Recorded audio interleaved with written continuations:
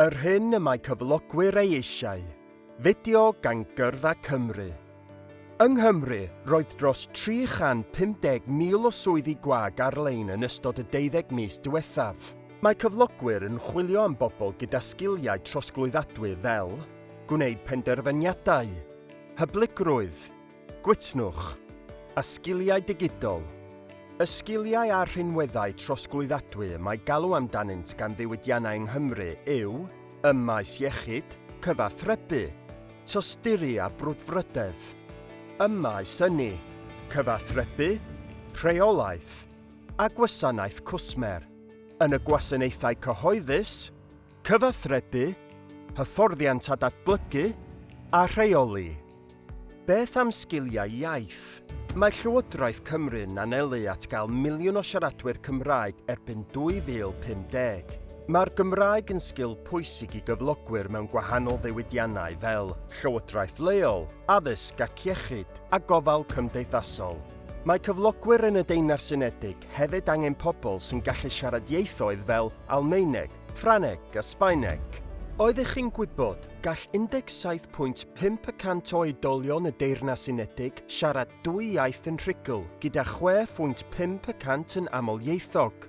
Y swyddi mwyaf cyffredin sydd angen ail iaith yw gwasanaethau cwsmeriaid a chanolfannau galwadau, gwerthiant, rheoli cyfrifon a datblygu busnes, addysg, a derbynfa a chymorth gweinyddol. Wrth i dechnoleg newid, felly hefyd y farchnad swyddi.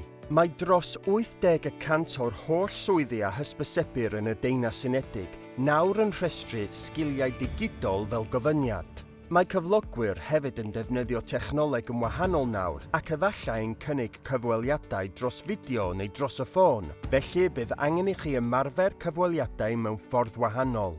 Cyn 2020 a'r pandemig, cynhalwyd cyfweliadau swyddi yn gyffredinol wyneb yn wyneb. Mae cynnydd o 57% wedi bod ers 2019, gyda dros hanner o gyflogwyr yn deud y bydden nhw'n parhau i ddefnyddio cyfweliadau fideo.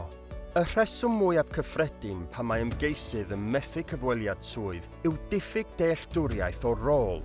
Felly, gwnewch eich ymchwil a byddwch yn frwdfrydig. Byddai 4 o bob 10 cyflogwr yn gwrthod ymgeisydd pen y baent yn dangos unrhyw frwdfrydedd.